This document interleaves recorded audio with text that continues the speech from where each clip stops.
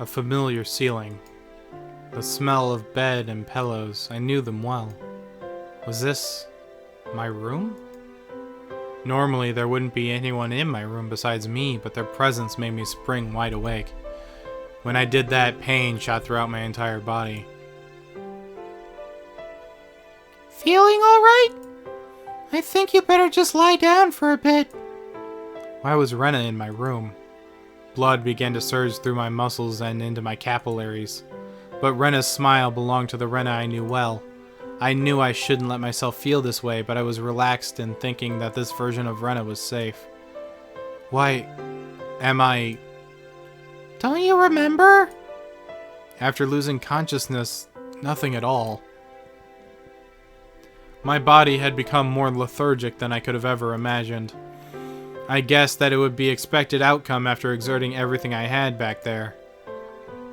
I tried to at least clear my head, but I just couldn't shake the sluggish feeling out of my mind.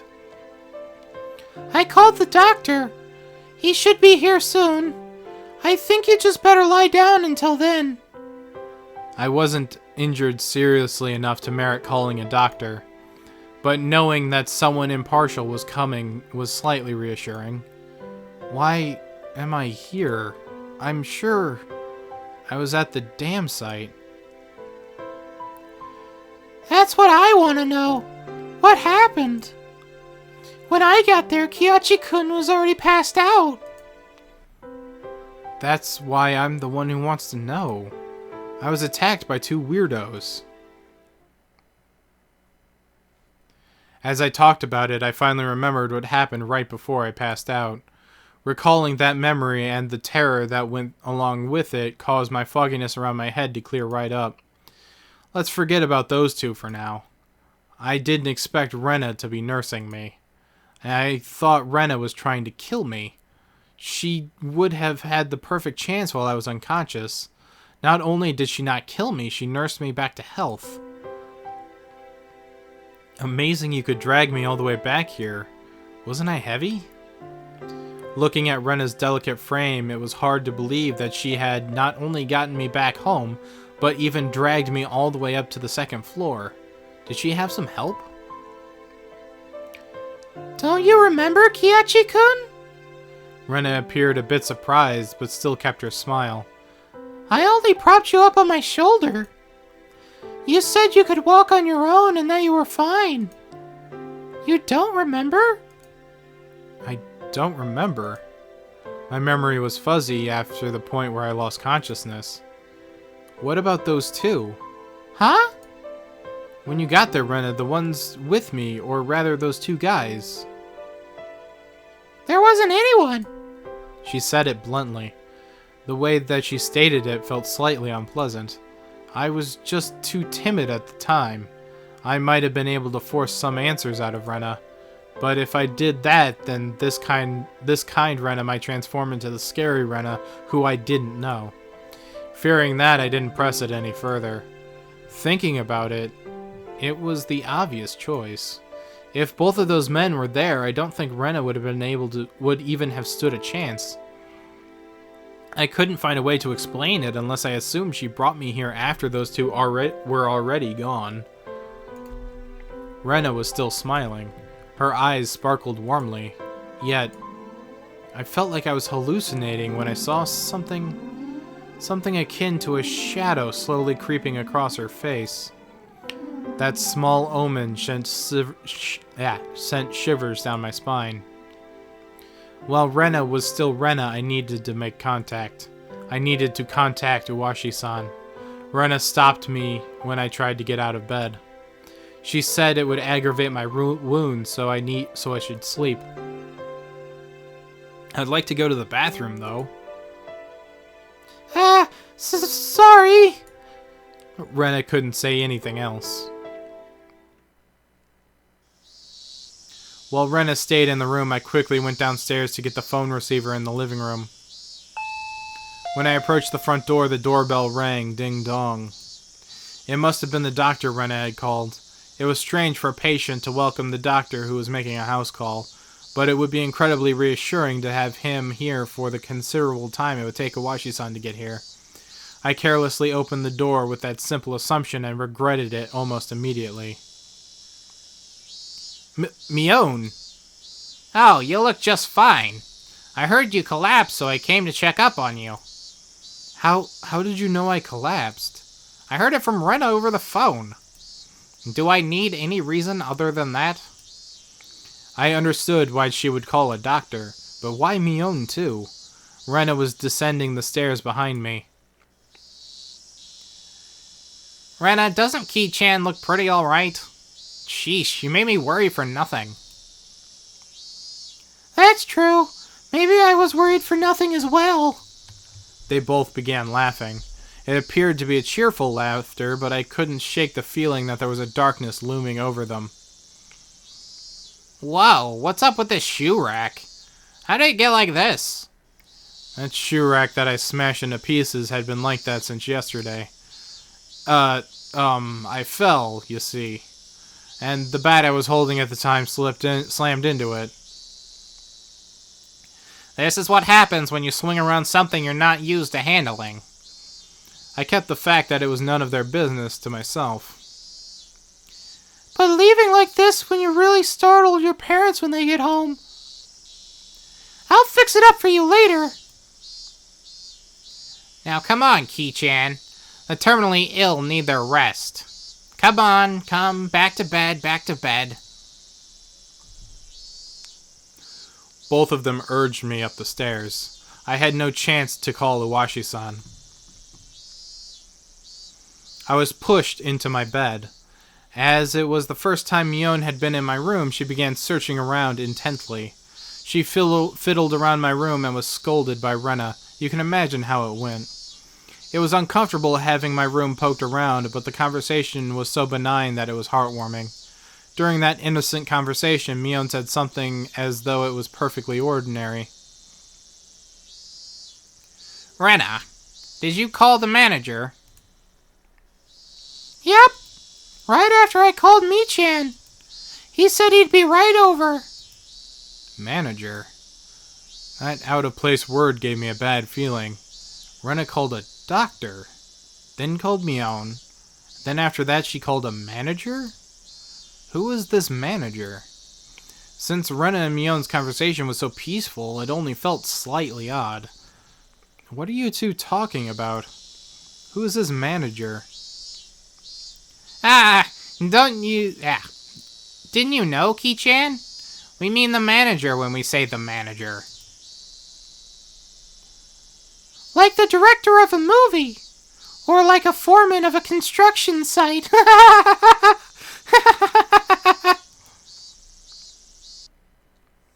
I dug through all of my memories for a manager who might have had business with me.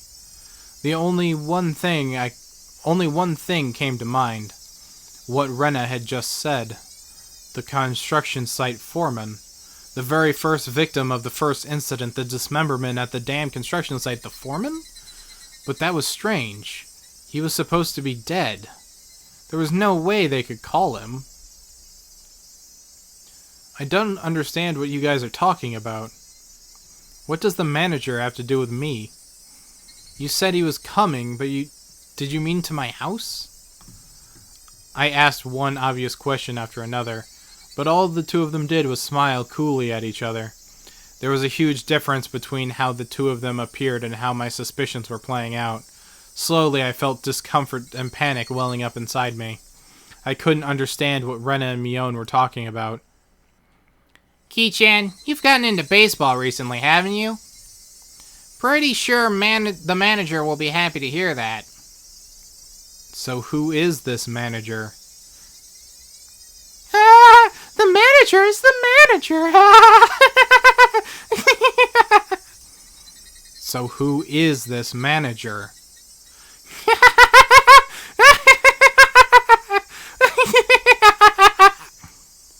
Rena and Mion looked at each other and laughed haughtily. That disturbing cackle unpleasantly resounded around me.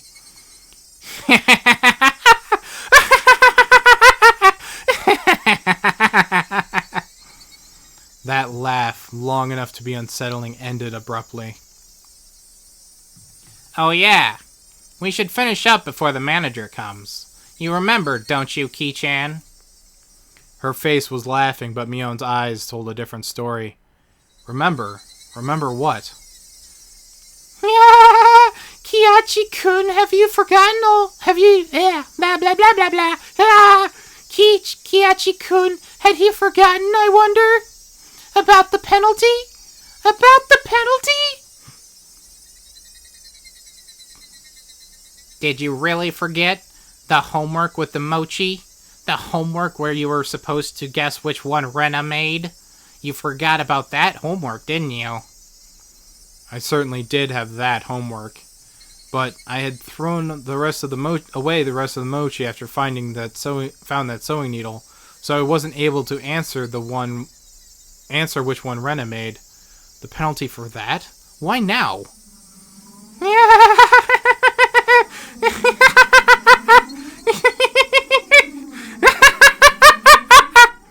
No doubt my question was written all over their face. Their answer to my question was that dry laughter. I could no longer make heads or tails of anything. I began to think that this entire day was somehow insane, strange, incomprehensible.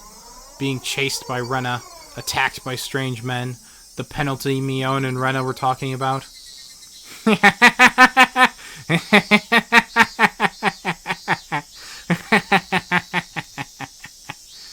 What were those two laughing at? It didn't take that long for me to realize that I had been dragged into an abnormal situation. Who were these two? Who were these people? Who were these doppelgangers of Rena and Mion? Rena had gotten behind me at some point. Why was she pinning my arms behind my back? What are you doing?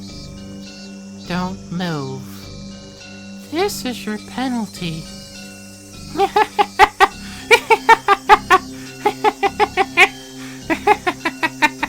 My body was already very sluggish, and Rena pinning my arms made it even much harder to move.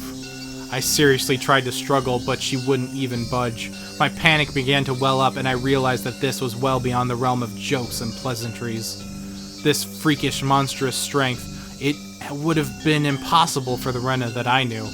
Then, these thin, frail arms grasping me firmly, whose arms were they? Ki-chan, no struggling. Club rules, there are no exceptions. You can't fight against the penalty. Mion, no. That thing that looked like Mion spoke to me like how Mion would speak to me. But I was certain that this was not Mion. Someone who wasn't Mion, someone who was just pretending to be Mion. Need to finish this up before the manager comes. Mion fished into her pockets and pulled out something bizarre. I could tell it was just by looking at it, but for such a thing to be in her pocket, my mind wouldn't accept it. What is that? It was a small syringe. It was a small, clear syringe like what a doctor would use when you went to him when you were sick. Rena held me even tighter. I could hear the clattering laughter that no longer sounded like laughter blaring into my ear. That eerie laughter, it wasn't something that the Rena I knew could ever produce from her own throat. This thing that was pretending to be Rena, was this their real laugh? Unable to defend myself, the syringe Mion was holding drew closer, and the needle tip was waved in front of my face countless times. Don't worry, don't worry. It won't hurt, it won't hurt. What are you planning on doing? What kind of sick joke is this? What are you saying, Ki-chan? You know exactly what's going on, don't you? About what? I don't understand any of this at all. I know you know. No use playing the fool this late in the game. Stop talking nonsense and try and confuse me. You're going to have done to you what happened to Tomotaki-san. What? The same as Tomatake-san. I didn't really understand what she meant. What did that have to do with this syringe? You're playing dumb, Kiachi-kun. You should probably have realized it by now. Rena whispered into my ear, laughing as if to admonish me. But even the way she spoke was repulsive beyond compare. Playing dumb? Me? About what? What do you mean, the same as Tomatake-san?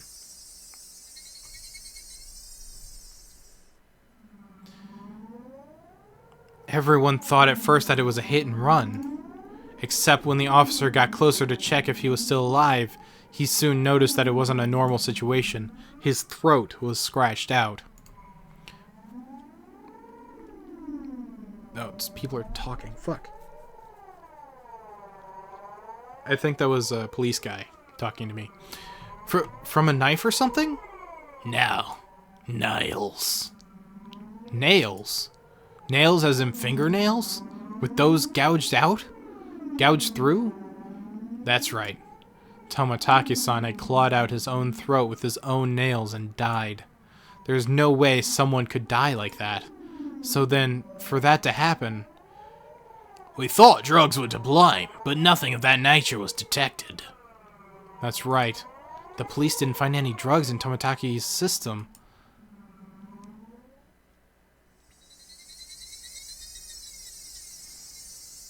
The police told me they didn't find any drugs in Tomatake-san's body. I don't know what that noise is even supposed to be. Gweh. Oh, it's laughter.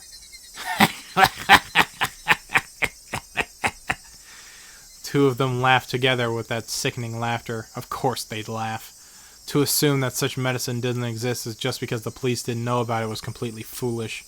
Meaning the drug that caused Tomatake-san to die in such a bizarre manner did exist. If Mion injected this into me, then I would probably be all the proof I needed. That would basically mean I would end up the same as Tomatake-san. Become hysterical, scratching my own throat in my last moments, then die? For such an outrageous drug to exist. For Mion to be holding it. And that I was about to be injected with it. At that moment, I did not feel there was any need whatsoever to question it. What kind of idiot, when he's trying to dodge a ball flying straight at his face, has the time to think of a reason as to why it's flying at him? Just give up, alright then? Mion's actions lacked any gravitas, and it made it even more terrifying.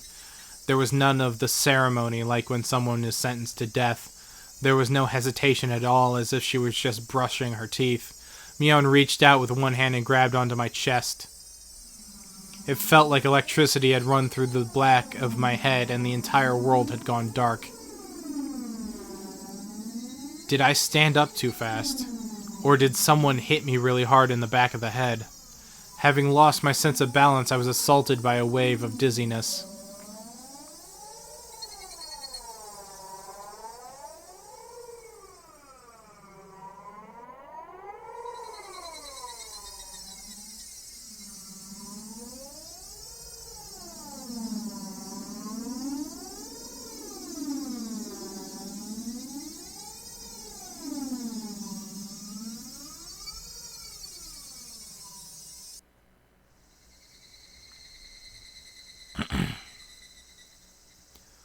I squatted down for a bit. When I came back to my senses, my entire room had changed drastically. The numbness in my head was gone, and slowly I could tell that blood was flowing to my extremities again. How long had I been squatting here? How many minutes? Or has it been hours? It was almost as if the hands on the clock had stopped moving the entire time my eyes were closed, and that's how little time passed. Really. The air in the room wasn't filled with that madness from before, only dull silence. Rena wasn't there pinning my arms, and Mion wasn't there about to inject me with a needle. No way. Could it be? All of it. Was it a hallucination? There was no other presence in the room besides my own. It was the weirdest experience I'd ever had. I was certainly with Rena and Mion. I doubted my sanity for a moment, but I was also seized with some sort of comfort. I guess that terrible ordeal was just a hallucination. Neither Rena nor Mion, they would never do something so terrible. My head grew hot. I could tell my emotions were welling up. Why? That wasn't a reason to cry. Why? It was sorrow. Why was I sad? I don't understand. I don't understand. Kind to everyone, not discriminating against age or gender. Mion? That Mion was sprawled by the window in an unnatural pose.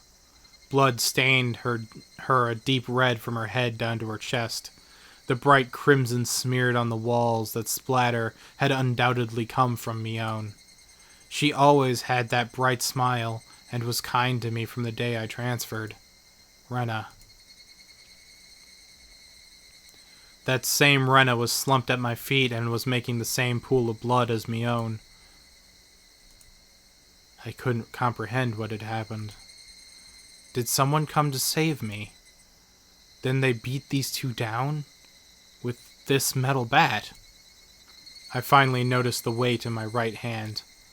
How long had it been there? It was Satoshi's metal bat. It was covered deep red. There was no doubt that this was the weapon used to mutilate both of them. And I was holding that weapon. I was the only person in the house. What? Looking at this objectively, I couldn't think of anyone other than myself who could have done it. I did this. That's right. Kiachi Mabara. Of course I did it. I told myself gently, as if coaxing myself. Hey, May. There's no reason for you to remember it, nor is there need to regret it. Eat or be eaten. You get that, don't you? But the blood, there's so much. Neither Rena nor Mion had moved an inch. It wasn't just a split forehead and a trickle of blood, nothing that simple. The entire room was splattered with red, and that told me it didn't end with just 2 or 3 strikes. Were they dead? Both of them? The depths of my mind were calm, but on the surface I was panicking and agitated. Calm down, Kiachi Mabara. What happened to your usual calm self? Come on now. Do like you've always do. Throw your head back and take a deep breath. Come on. Once. Twice. Breathe deeply. Calm down. Calm down. I chanted that over and over in my head and relaxed.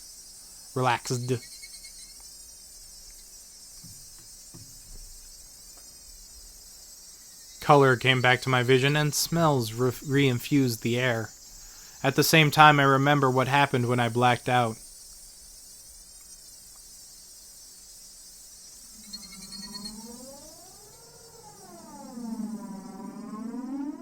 Rena and Mion had attacked me. They were about to inject me with whatever caused the same symptoms as T-Dog-san. But right before that happened, I fought back. I twisted my whole body and threw Rena as she was pinning my arms. Then I followed through with my spine and rammed my foot as hard as I could into Mion's torso.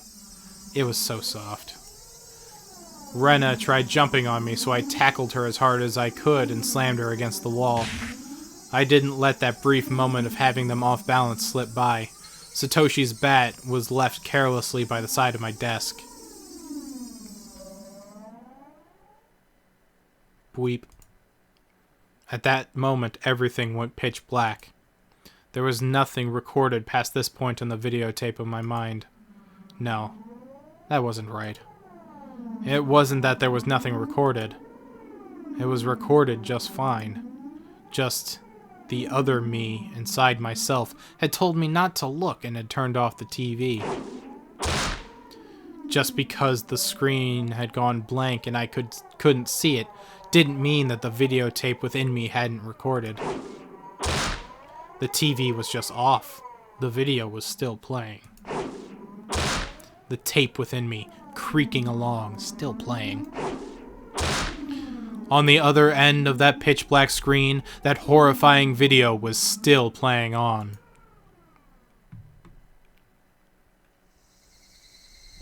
Compared to this, though, the scene right before my eyes was still so difficult to take in. There was blood splattered everywhere on the walls, the two of them in these unnatural poses.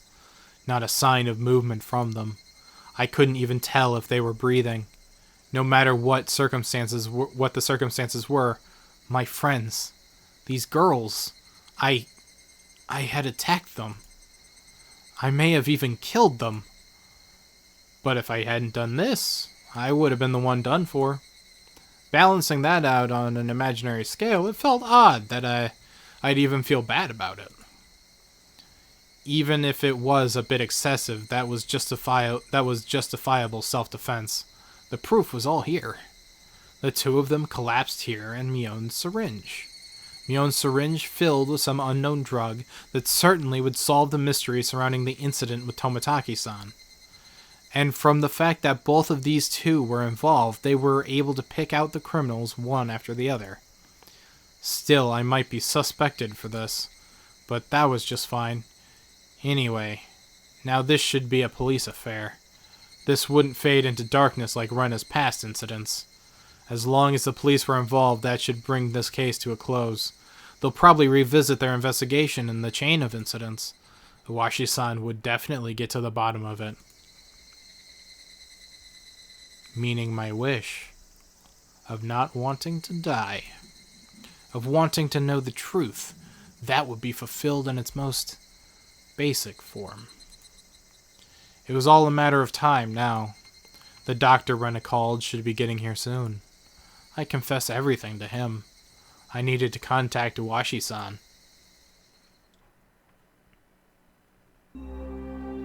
At that moment I remembered. Besides the doctor, a manager had been called. It was easy to imagine that they were someone deeply involved with the incidents, judging from Rena and Mion's conversation. The ache in my chest caused by the gruesome deed I had done dissipated rapidly. It was not over yet. This place was no longer safe.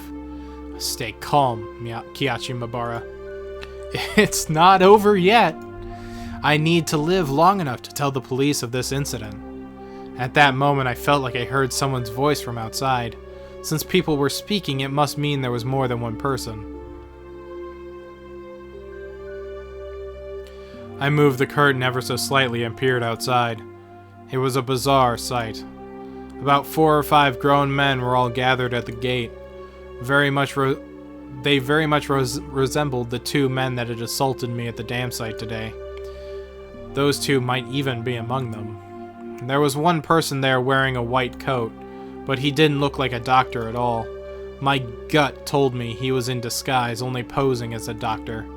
That guy would probably ring the bell and get me to open the front door, pretend to be a doctor and get me to open the door, and then the rest of them would all rush in at once.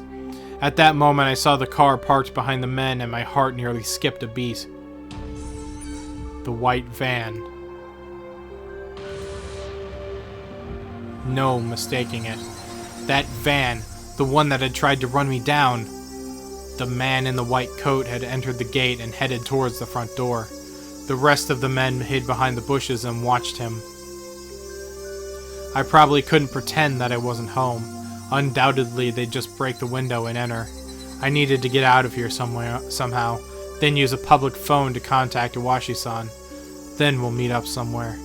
First of all, I need a weapon, then shoes. But before all of that, there was one thing that I had to do. I had no intention of dying. I'd live and reveal the truth about this nonsensical curse of Oshiro-sama.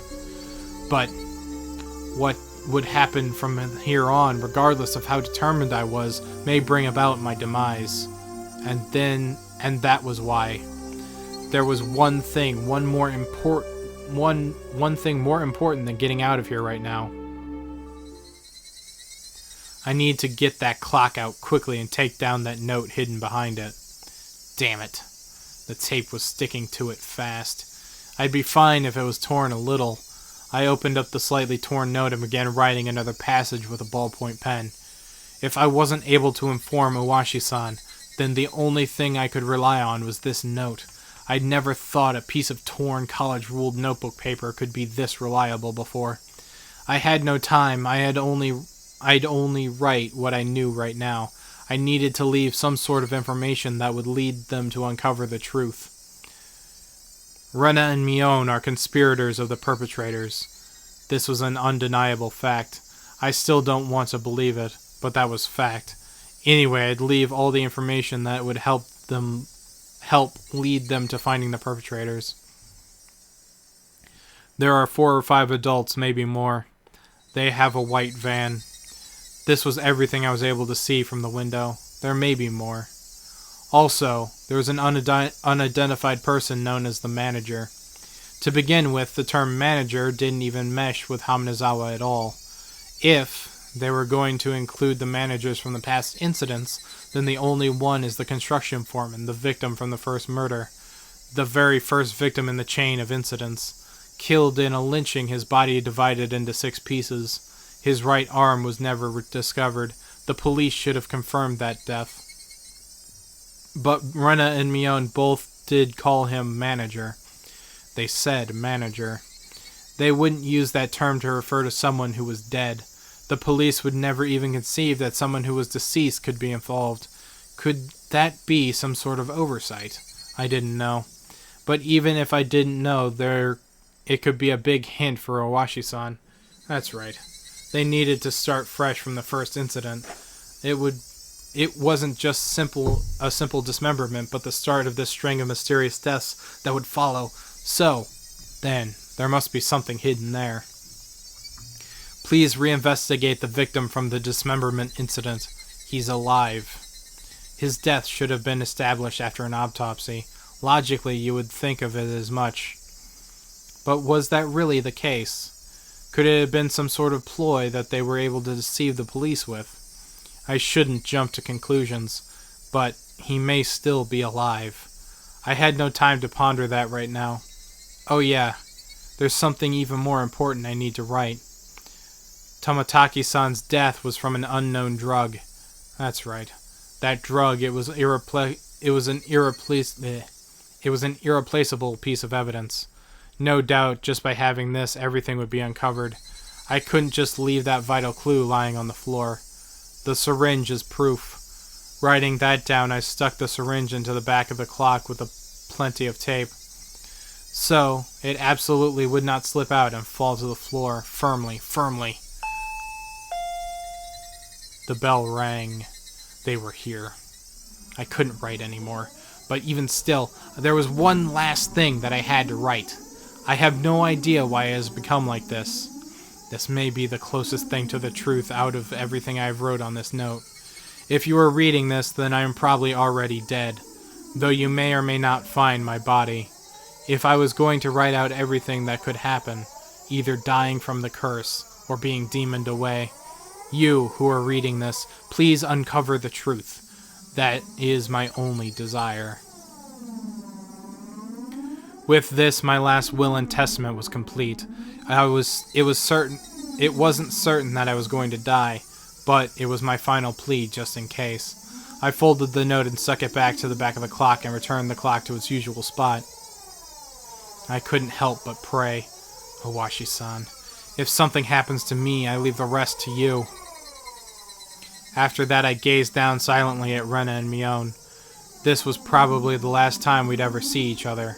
Rena, Mion, I really had thought all of us were friends. But why did it end up like this? I never had any fun in my previous school. I only worried about standardized test scores, about if the school I had hoped to get into was where I really wanted to go, or a safety net.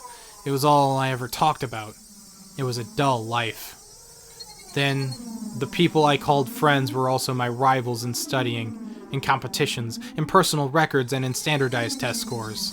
Everyone here taught me how unhealthy that lifestyle was. This month was really fun.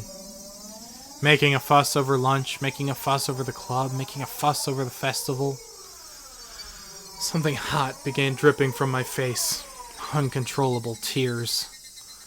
I should have no obligation to shed tears for them, but they wouldn't stop.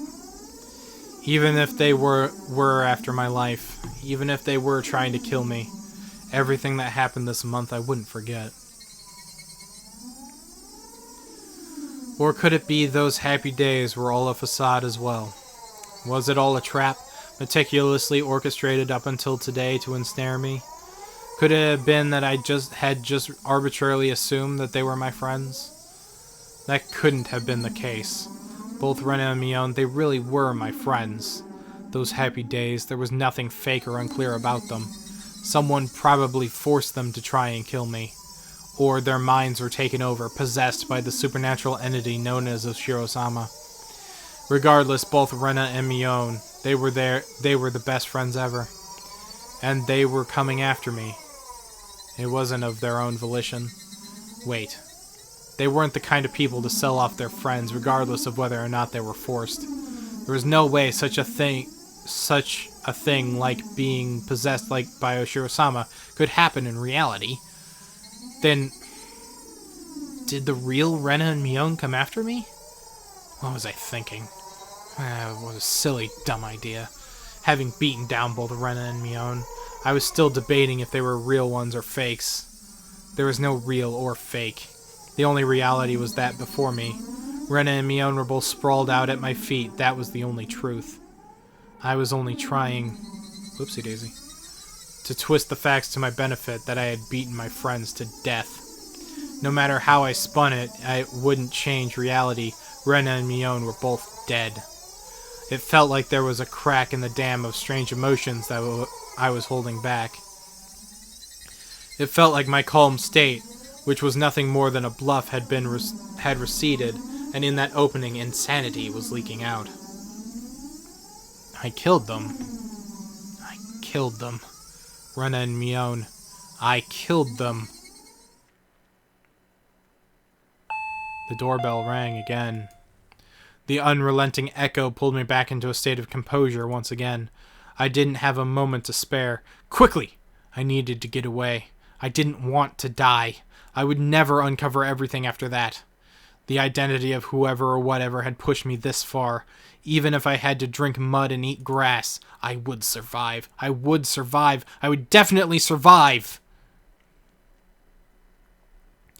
I killed Rena for that very reason. I also killed Mion. I went that far just to keep living. So I can't die. For my sake and for the sake of the late Rena and Mion, I had to survive.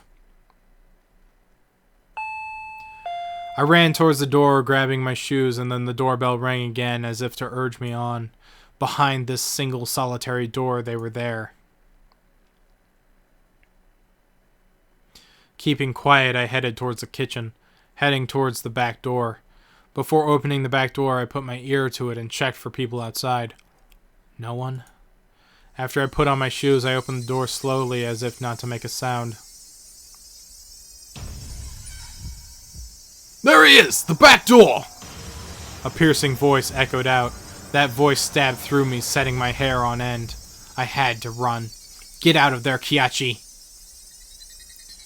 One after another, I felt stuff like rationale and intelligence, those things you use when you have time to spare, spill out of me. I didn't feel any pain from the branches scratching my arms and forehead. My autonomously pulsing heart also felt neither fatigue nor pain. My entire being was just wished to live. There was nothing else it desired. It probably had no complaints whatsoever. So of course I wouldn't feel fatigue. I just ran. I just recklessly ran, rushing in the direction I was already heading. Even if nobody was chasing after me, I'd still be running like this. There wasn't a thought in my mind about where I was headed. Turning around, I felt a presence right next to me. That presence was, without a doubt, chasing me like my shadow. If I took even one misstep, I would be devoured. That's what I thought. So I didn't turn around. I didn't stop. I ran. I had full speed.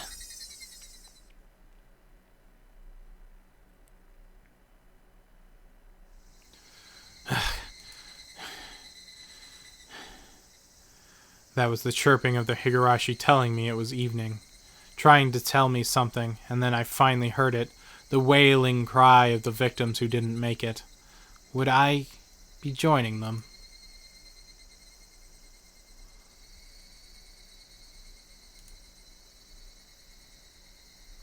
Only the Higurashi knew. They knew everything. They definitely knew. So I ran towards where I could hear more of the Higurashi's chirps. But the further I ran, the further away their chirping became. I couldn't get near them. Why are you all running away? Was it my fault? Was I the one to blame? Then I'll apologize. I'm sorry.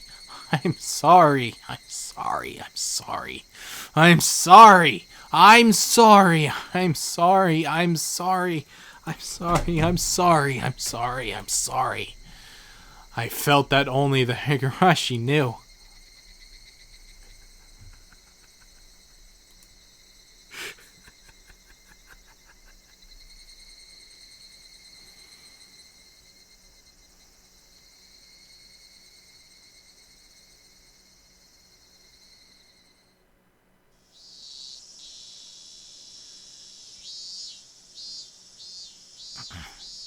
The smoking room was filled with a cloud of cigarette smoke. The expensive smoke filter gave off a crackling electric noise, but it didn't seem like it was doing anything at all. Why do smokers have to be shoved so far down the corridor where the sun didn't even reach? I recalled hearing that the tax revenue from tobacco was about 1/10 of the municipality's revenue. We were the most heavily taxed members of this municipality, so I really wished they'd show us a little more respect.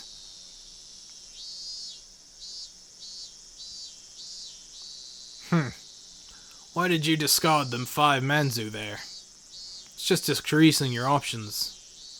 One of the younger detectives was having a staring contest with a mahjong magazine called Next Turn.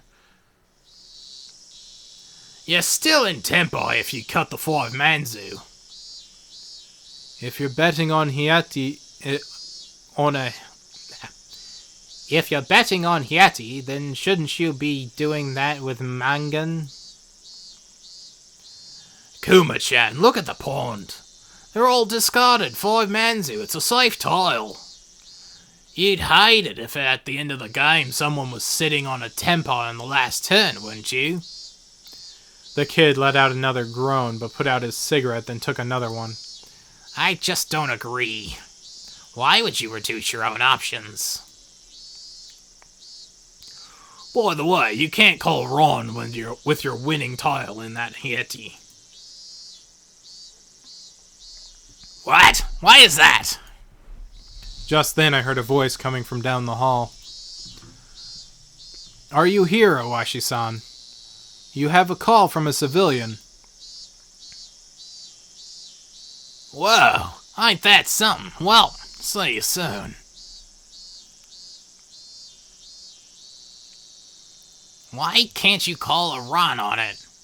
Hold on for a second, Owashi-san. The man sitting in the seat Owashi-san was heading towards waved at the telephone receiver. Outside line, from a payphone. Oh, why, thank you. Sorry to keep you waiting on... Oh, why, thank you. Sorry to keep you waiting. Oh, wait, no. That was Owashi, never mind. Oh, why, thank you. Sorry to keep you waiting. This is Owashi. Who is this? Ah, Owashi-san. Hello. If it isn't Mahabara-san, why, good evening. From the tone of Mahabara-kun's voice, I already knew he was in a predicament. This is the first time Mahabara-kun had phoned me. And he was calling from a payphone? Please calm down. Did something happen? Well, His voice was erratic over the line. He had completely lost his sense of composure. I guess, should I read this in his voice? Yeah. After checking that nobody else could hear, I prompted him in a hushed tone. What happened? I. Calm down, Calm down, Mahabara-san. I have the local officers headed to your location. I'll be there soon, too. Thanks. That's impossible. His voice was quivering and hoarse. He wasn't surrounded by people even as he was making the call, was he? Mahabara-san, you're calling from a payphone right now, right? Where's this payphone? There was no other sounds beside Mahabara-kun's voice. It had to be a phone booth. I scratched out a note and thrust it at my colleague sitting across from me. Amanazawa, phone booth. He understood quickly and hastily started on internal lines. Calm down, Mahabara-san. What is your current situation? It usually wasn't a good idea to tell someone panicking to do so, but this was not the usual case. Mahabara-kun didn't just get in trouble, he'd get away and then call me. He was in the midst of something dangerous right now. But yelling at Mahabara-kun right now would just needlessly cause him to be even more frenetic. Mahabara-kun wasn't just calling to seek help. He was trying to tell us something more than that. And whatever that was, if I didn't get it from this call, it was certain there would be no other chance. My colleague pushed the note in front of me. There's only one phone booth in Hominizawa. A patrol car is on the way. 5 minutes. That's too long. How many officers are in there? 2. Not enough. If it was as I imagined, then there were likely quite a few people surrounding Mahabara-kun. 5 minutes was too long. Did you call the officer stationed in Hominizawa? He's scheduled to be on patrol. They're currently out, and it's impossible to contact him. God damn. Kuma-chan, bring the car around. Understood. Hello? Hello? Higurashi-san. Hello?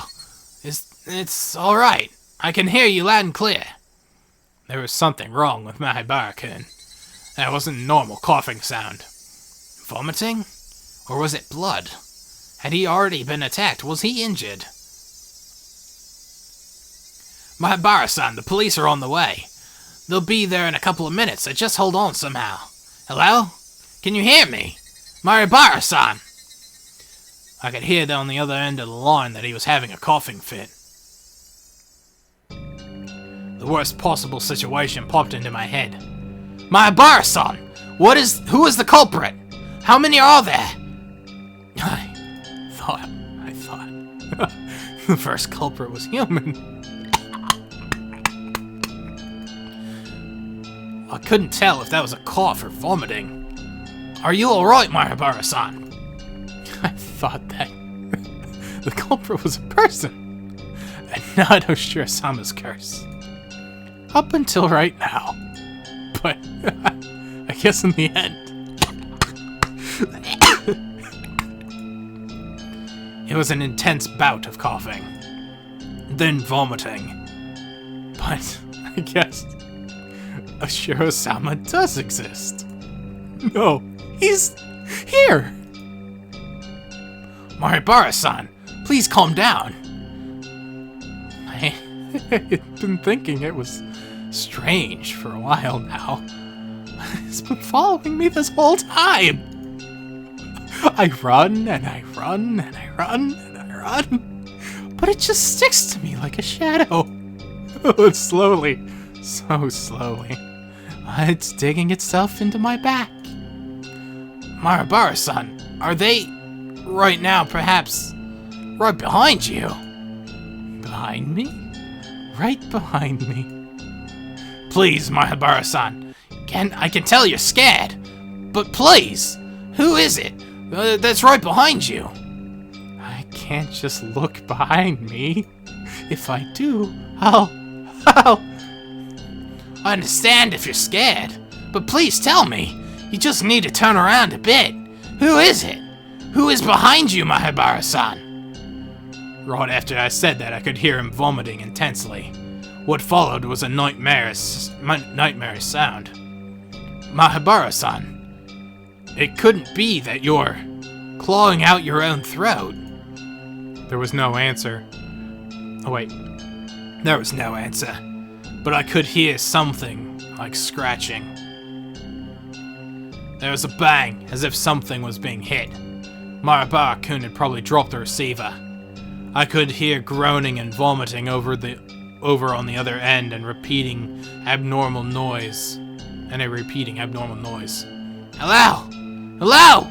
Maribara-san! Hello! I knew how far away my voice would sound on the other end, but I couldn't help but shout. At that moment I heard whispering coming from the other end. I could tell what he was saying. From the way he was saying it, he was talking to himself. Or was he talking to someone there? Hello! Maribara-san!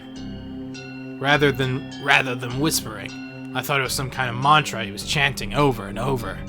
I focused my senses, trying to pick up on what he was saying. What was he repeating? What exactly? Beep. Suddenly the line went dead. Did he use up his time? It was because he was on a payphone. It was because it cut out so abruptly. The last thing he said came out so clearly in my mind. Owashi-san, the car is good to go. Owashi-san. It was... I'm sorry. Owashi-san? That was what he was repeating over and over. He said, I'm sorry. I had a gut feeling. There's no longer a need to hurry. I could hear the chirp of the Higurashi spilling in from the open window. I should have been able to hear them this entire time. I just wasn't paying any attention. Why did I focus on them all of a sudden?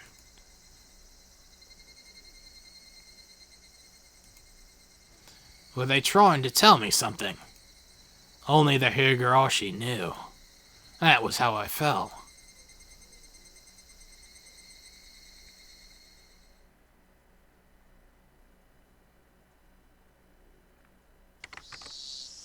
July 1983. In Haminazawa, a remote village near Shishibone City, there was a murder involving 2 female students. The suspect is Kiyachi Mabara, age 18, or 16, or whatever. Age whatever. The suspect called over his 2 female classmates, Ren Ryugu, Mio, and Sonozaki, to his house and beat them to death with a metal bat.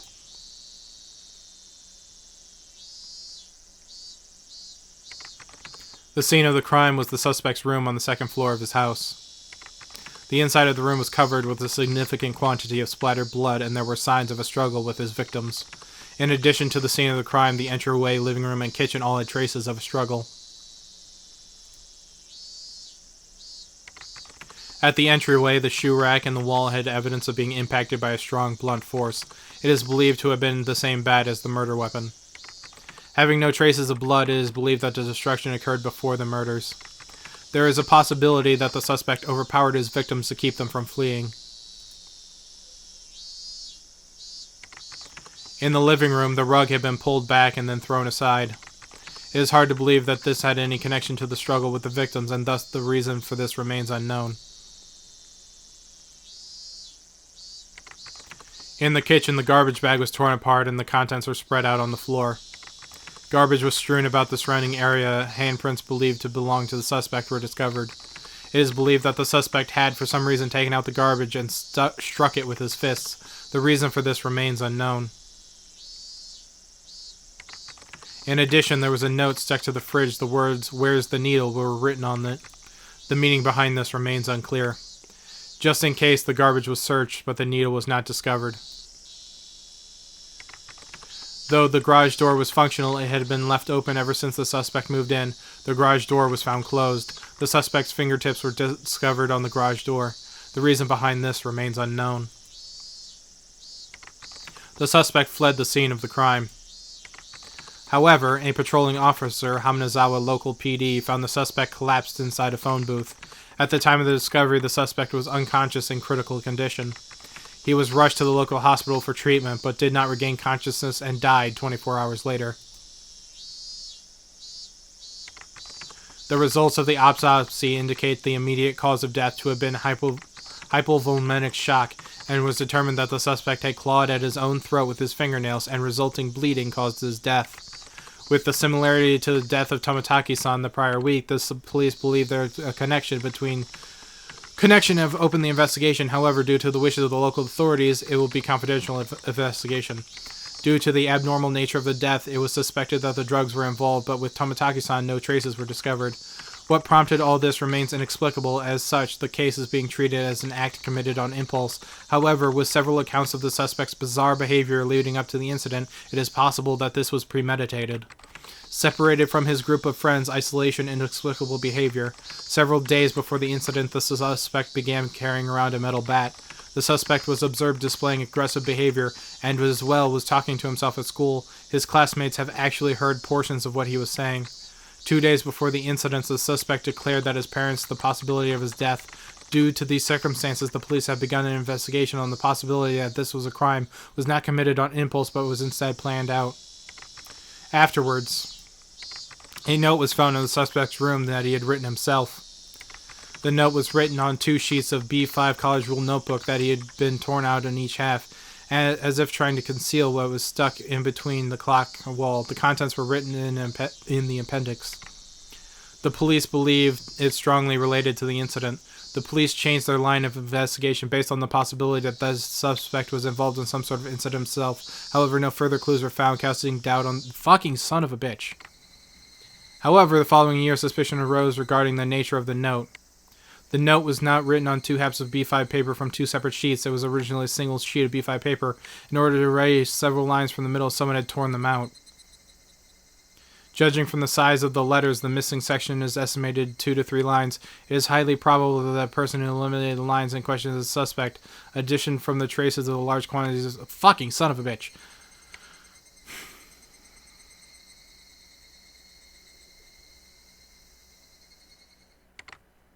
The suspect's note. I, Kiyachi Mabara, am in fear for my life. I do not know why they are after my life. The only thing I know is that... I need this to pause. Renamiona perpetrators... This is all in the first sheet. Everything below is something else. Second sheet, everything above has been ripped out. I have no idea why it has become like this. If you are reading this, I am probably already dead, though the only difference may be the presence or lack of a body. You who are reading this, please uncover the truth. That is my only desire. Kiyachi Mabara.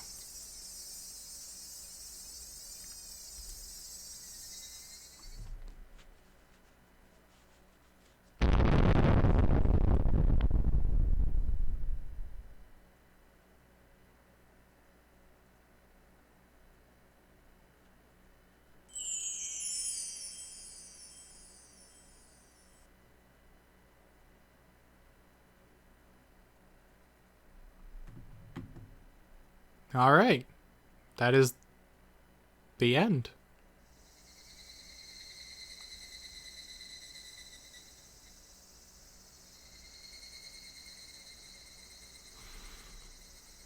And that brings us to the end of Higurashi When They Cry. I don't really have any words. I mean, I could describe what just happened, obviously, but would that really matter? No.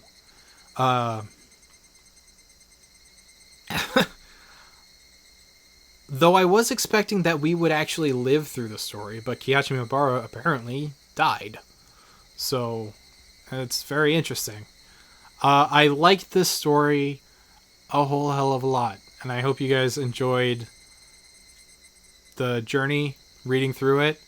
That new scenario thing, I'm going to check it out, and if it's something worthwhile, then I'll do another video after this. But for the main story of Higurashi When They Cry, Onikakushi, we're done. See you all next time.